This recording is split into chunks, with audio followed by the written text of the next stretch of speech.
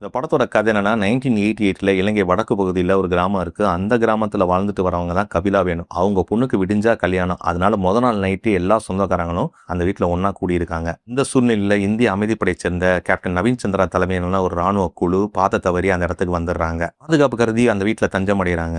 அதனால வீட்டுல இருக்கிற மக்கள் எல்லாத்தையும் இவங்க பிணைக்கதியா வச்சுக்கிறாங்க. வீட்டுக்கு வெளியே புரட்சிக்காரங்க, வீட்டுக்குள்ள இந்தியன் மிலிட்டரி, இவங்க ரெண்டு பேர்கிட்டையும் மாட்டிக்கிட்டாங்க கல்யாண வீட்டுக்காரங்க. இந்த நீண்ட இரவுல கல்யாண வீட்டுக்காரங்க படுற கஷ்டமும், விடிஞ்சா கபிலா வேணும் பொண்ணுக்கு கல்யாணம் நடந்துச்சா இல்லையான்றதான் அந்த படத்தோட மொத்த கதையே.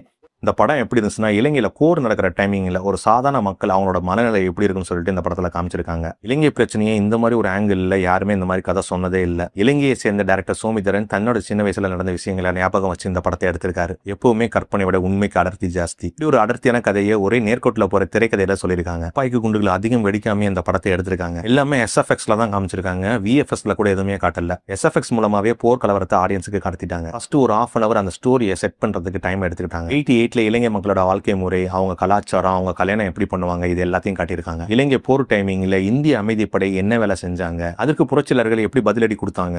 இந்த படத்துல இவங்க யார் பக்கமே ஸ்டாண்ட் பண்ணி நிக்கல. ஒரு பொதுமக்கள் பார்வையில இந்த படத்தை எடுத்திருக்காங்க. ஒரு போர் யாரோ எடுக்கிற முடிவுனால பொதுமக்கள் எப்படிதான் பாதிக்கப்படுறாங்க, அவங்களோட அமைதியும் சந்தோஷமும் எப்படி எல்லாம் குலைக்கப்படுதுன்னு சொல்லிட்டு இந்த படத்துல அழகா காமிச்சிருக்காங்க. லீரல் பட ரிவ்யூல கூட சொல்லியிருப்பேன், உரிமைகளை பறிக்கப்படும் போது கனவுகள் தியாகம் செய்யப்படுகிறதுன்னு. இந்த படத்துலயும் அந்த மாதிரி தியாகங்களை நிறைய காட்டியிருக்காங்க. டைரக்டர் சோமிதரன் தன்னோட ஃபர்ஸ்ட் படத்திலே முத்திரை பதிச்சிட்டாருன்னு தான் சொல்லணும்.